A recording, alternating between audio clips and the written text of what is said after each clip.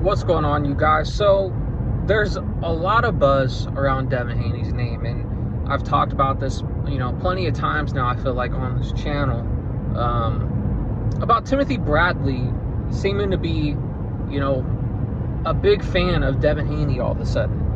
And there's a few guys out there. I mean, a majority of these YouTube channels are Devin Haney Pro YouTube channels, I don't need to name any names, but I recently seen a video by Timothy Bradley talking about how Dev isn't ducking anybody. He's Debo Dev, he called out Rollie. He's got a hit list. He's Debo Dev, this, that, and the other. And all of that sounds really good. And, it's promotion for Devin Haney. It honestly makes me think that the Haneys are in Timothy Bradley's pockets, like a majority of these YouTube channels that talk really highly on Devin Haney.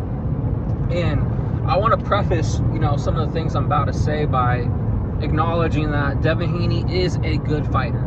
He's a good boxer. I think his style is completely boring, but hey, guess what? It's effective and he wins fights, right? And that's the name of the game, is hit, not get hit, but it just so happens to be with the majority of Devin Haney's fights, he may hit his opponent a little bit more, but he's not hitting his opponent a lot. And what I mean by that is just this last fight with Brian Norman Jr., and I've said this a few times now, that everybody is quick to say, oh, Devin Haney washed Brian Norman Jr. And the key moment of that fight that everyone, remembers or will always remember is Devin Haney dropping Brian Norman Jr. and hurting him. But take away that knockdown, and what else did Devin Haney do in that fight? He didn't do a whole lot.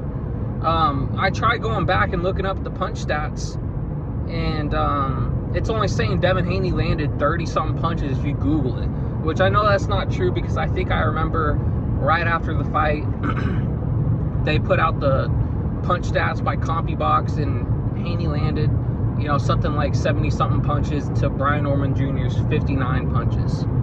And to me, that doesn't seem like it's a clear whitewash performance. I thought there were a lot of swing rounds, but I say all that to say this.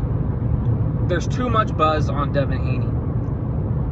He happened to beat Brian Norman Jr., which I, think is a great win, because I thought Brian Norman Jr. was actually going to win this fight. And, if these guys fight later on down the line, who knows? It might be a little bit more competitive fight. And I don't want to take away any credit from Devin Haney beating Brian Norman Jr., and I'm not trying to argue that he didn't beat him. But in all honesty, you could probably say Brian Norman Jr. was a little bit green. And I'm just going to be honest. I'm not trying to take away any credit from Devin Haney. But Brian Norman Jr. was a dangerous fight. Going into that fight, he had a lot of momentum. A big power puncher. Had a good left hook. And,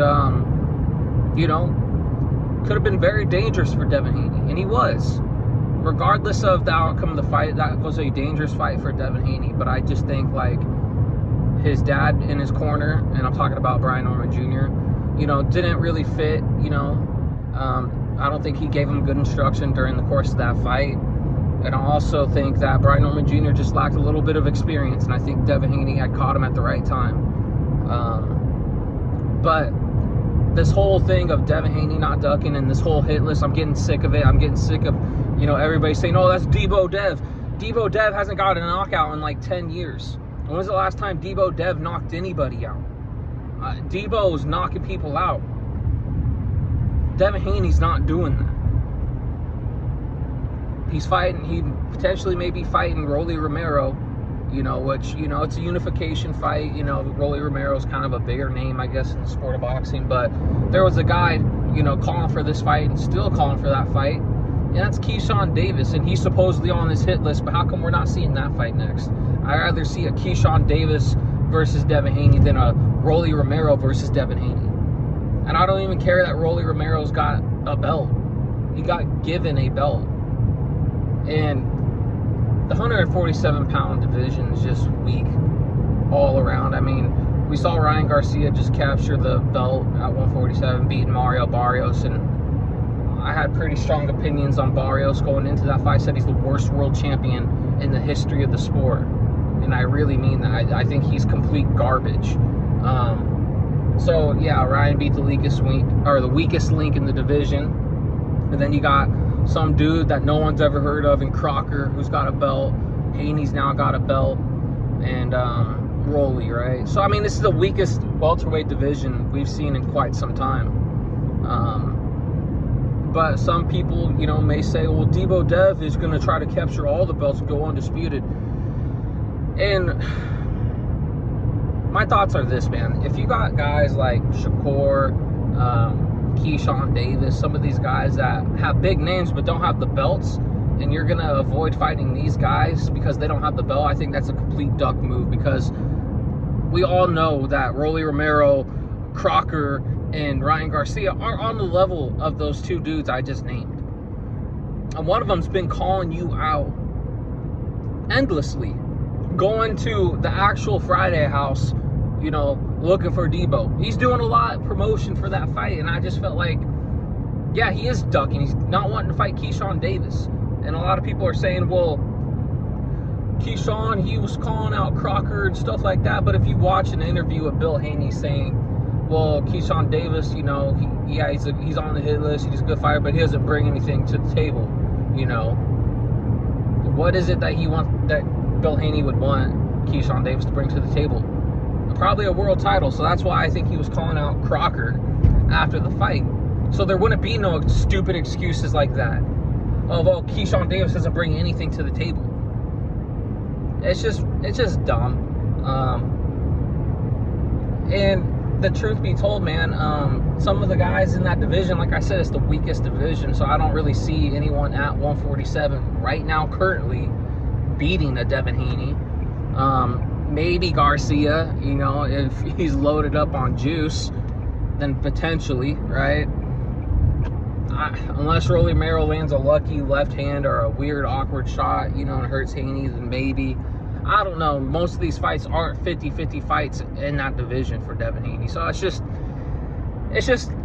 I don't know, man. I have my feelings about it. And the thing is, I think I'm just getting tired of hearing, oh, Debo Dev this, Debo Dev that, and he's in the weakest division in the sport of boxing. On top of it, he's got the boringest style in the sport of boxing as well. And there's a lot of hype around him, and I just think it's not necessarily warranted.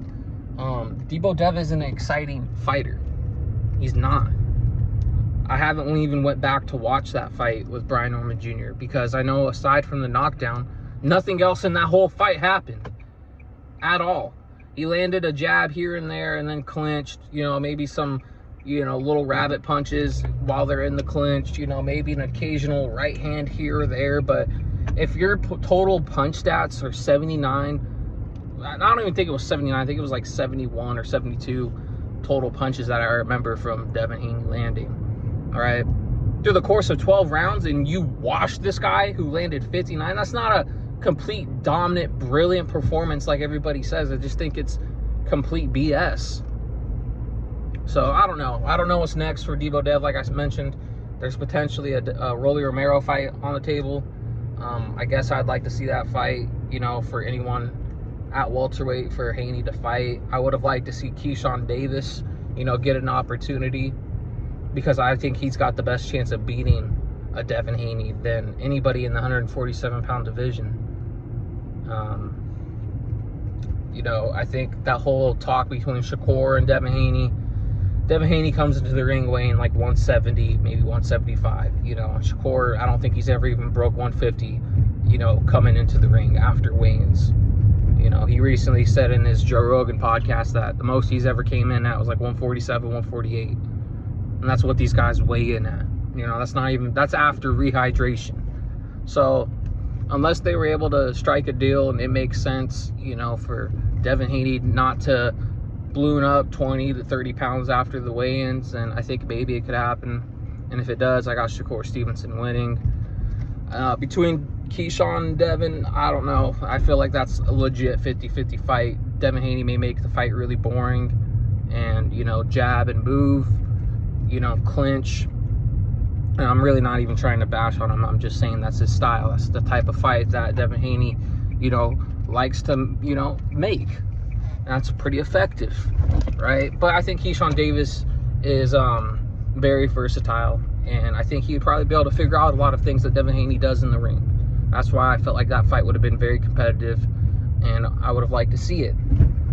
But these other guys I'm not impressed by, and I just think Devin Haney should win those fights. But let me know what you guys think, man. I know a lot of you are probably going to say I'm very critical on Devin Haney. I'm a Devin Haney hater, and yeah, I hate his style. I think it's completely boring. But those are my thoughts on the fight, or on Devin Haney and these potential fights. Let me know what you guys think, man. Hate, like, comment, subscribe.